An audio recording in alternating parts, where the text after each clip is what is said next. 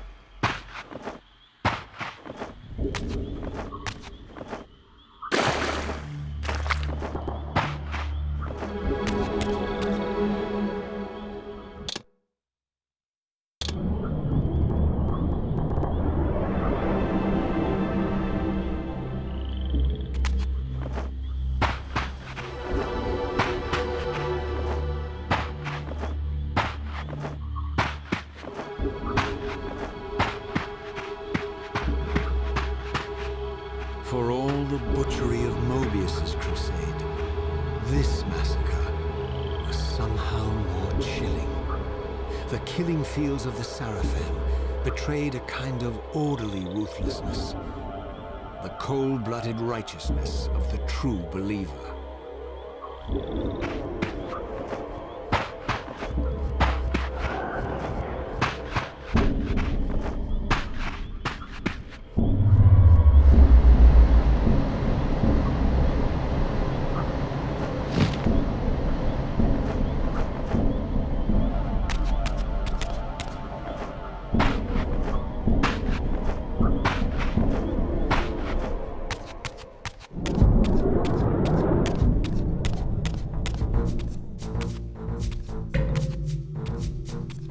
All that is holy! Here at last, in the flesh, I beheld my former brothers in arms, the warrior priests of the Sarafan Order, their lives devoted solely to the annihilation of the vampire plague. And while I confess, I felt a twinge of longing, a pang of grief for what I had believed was my lost virtue, I regarded them now with none of the reverence I formerly felt. For I had seen the human face of the vampires, and now I beheld the monstrousness of these men.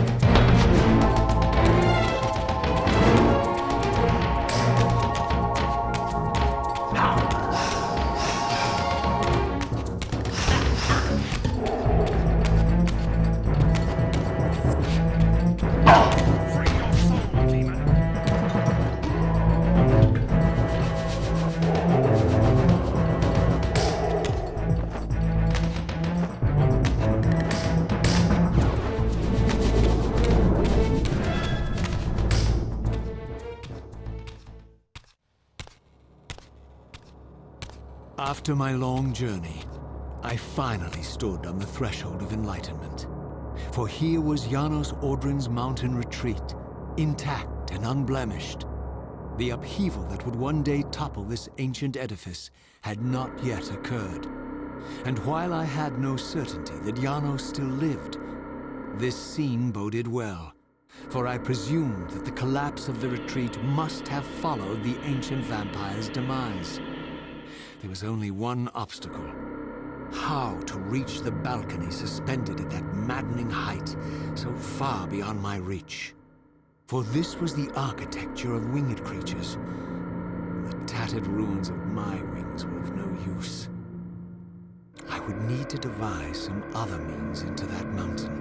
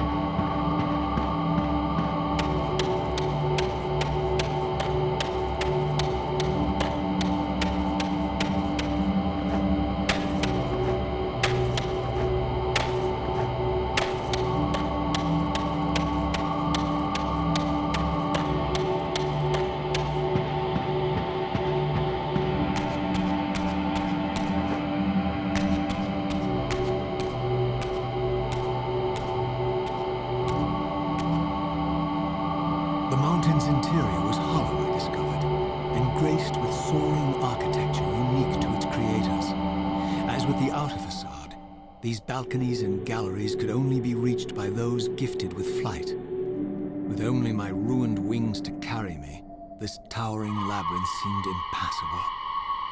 The object of my quest lay just beyond my grasp. For here, suspended at the apex of the chamber, was the threshold that surely led to the great vampire himself. I didn't know whether Janos Audron was the monster depicted in the stronghold, or one of the noble creatures memorialized among the ruins of the ancient vampires. But I didn't care. Demon or angel, he alone held the key to my destiny.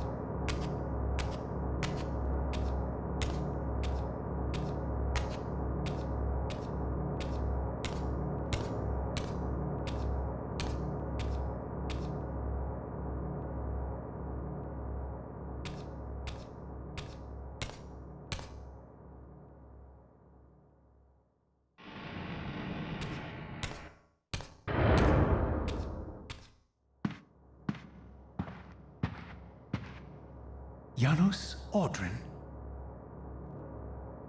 It is heartening after all these years to hear my name spoken without contempt. Raziel? My child, what have they done to you? I have been dragged through hell and back. All it seems to reach this moment. But I don't yet know why. For thousands of years I have waited, alone here, losing faith. At the time of the binding, 9 guardians were called to serve the pillars, and I was summoned as the 10th guardian, the keeper of the Reaver, the weapon of our salvation. Over time, our race died out, until I alone remained, sustained only by my obligation to you and by my guardianship of the blade. And the other 9? Why did their guardianship not sustain them? I don't know. As our race dwindled, the humans prospered. I have watched over the centuries as our history faded into myth and finally receded altogether. The humans have forgotten us entirely and claimed the pillars for themselves, wholly ignorant of their true purpose. To them, I am merely a devil, the origin of their vampire plague. Why would the pillars summon human guardians then, if they are meant to be served by vampires? The pillars choose their guardians from birth, Raziel, and vampires are no longer born. This is the crux of our dilemma, and this is the terrible irony. With their vampire purge, the members of the Circle have assaulted the very architects of the pillars they are sworn to protect. They have embarked on a treacherous path. With every vampire they kill, the humans are slitting their own throats. They know I'm up here, beyond their reach, and it terrifies them. You can see how they flaunt their kills to torment me, or perhaps simply to lure me out. They have this foolish notion that destroying me will somehow topple our entire bloodline. Thankfully, we're not that fragile. I have seen them mustering their forces in the village below. Yes. I don't know what they're plotting, but I fear our time may be bitterly short. Mankind seems to have brought you only torment and grief. You must hate them. They fear what they don't understand, and they despise what they fear. But no, I do not hate them. Vorador does. He has suffered much. He cannot forgive them. Should they be forgiven? They don't understand what they're doing. They are simply unenlightened and vulnerable to manipulation. So, it's all true then, what Cain and Vorador have told me. I really am some kind of unholy vampire messiah. Unholy? No. Messiah, perhaps. I don't like that word. It smells of martyrdom. Raziel, your role in this world's destiny is more crucial and more benevolent than you've allowed yourself to believe. Your journey will not be easy. Dark powers are allied against you. But I think you already know this. You appear to have been cruelly tested. The binding must be secured, Raziel. The pillars are the lock. And the Reaver is the key. Yes. The Reaver is here. Why do I feel nothing? The most formidable weapon ever forged by our swordsmiths. They infused the blade with vampiric energy, empowering the Reaver to drain our enemies of their precious lifeblood. As Janos presented the blade, an inexplicable sense of dread crept over me, more palpable than anything I'd felt before. I was at once horribly repelled by the sword, and yet irresistibly compelled to touch it, to take it up. Please, take it away from me.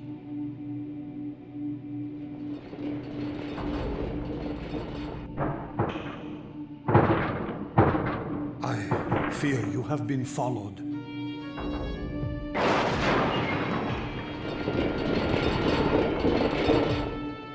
You must save yourself, Raziel. Janos! No!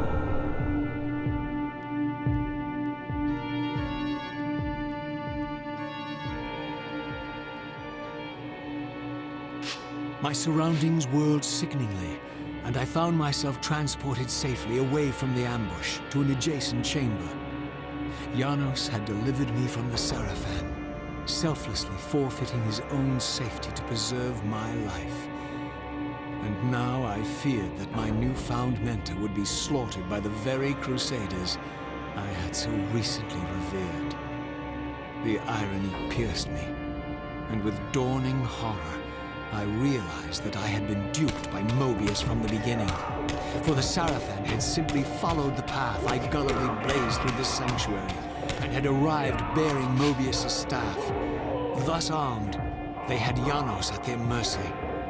Through the door, I could hear them battling, less than a dozen paces away. But it may as well have been 1,000 miles, for this barrier was sealed by elemental forces I did not possess. It seemed Janos had conveyed me into the heart of the fire shrine. I thought perhaps if I could galvanize the forge and imbue the Reaver in time, I might have a slim chance of saving Janos from his grisly fate.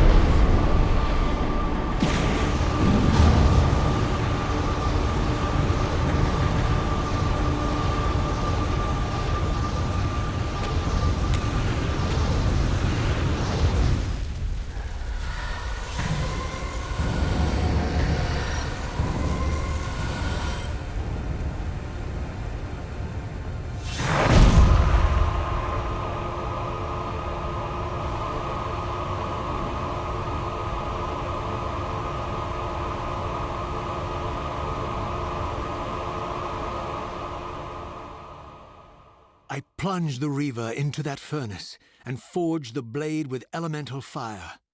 With the Reaver thus imbued, I was now armed to unlock the elemental barrier and rescue Janos from his executioners.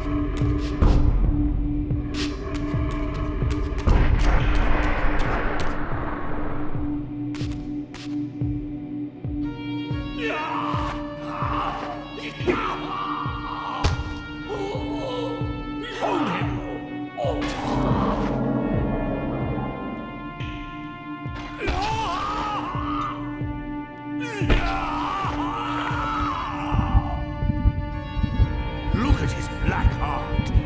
How it still beats.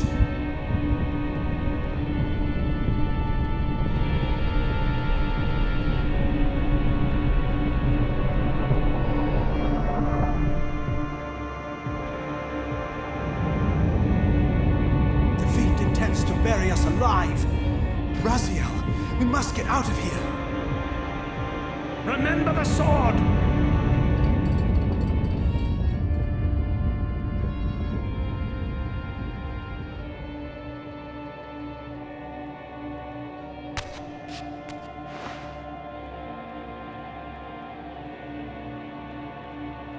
Forgive me. I'm sorry. I failed you. No, Razia. Perhaps this was my true purpose. Simply to save your life this once. While I have taken yours. Embrace your destiny, Razia. You must reclaim the Reaver. It was forged for you and you alone. Without it, there is no hope.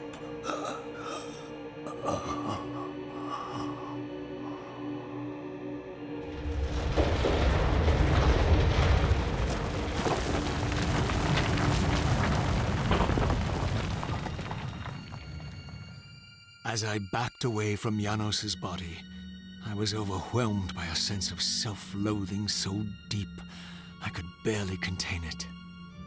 In that instant, I rejected all that I ever was, and embraced the role Janos had safeguarded for me so patiently throughout the centuries.